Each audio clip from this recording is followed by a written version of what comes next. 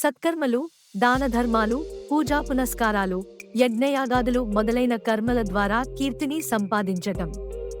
విద్య, బుద్ధి, జ్ఞానం సంపాదించటం, చల్లగా, తీయగా, మధురంగా మాట్లాడటం కూడా భగవంతుని విభూతియే. సందర్భానికి తగినట్లు జరిగిన విషయాలను గుర్తు తెచ్చుకోవటం స్మృతి.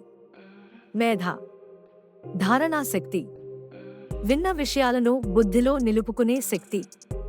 జ్ఞాన విషయాలు, తత్వ విచారణ చేయటానికి కావలసిన మేధాశక్తి స్త్రీలలో అధికం. ధృతి, ధర్మకార్యాలలో, దైవ కార్యాలలో ధైర్యంతో, పట్టుదలతో పాల్గొనటం, మోక్ష సిద్ధి కొరకు పట్టుదల. ఇంద్రియ, మనస్సులను నిగ్రహించగల బలం.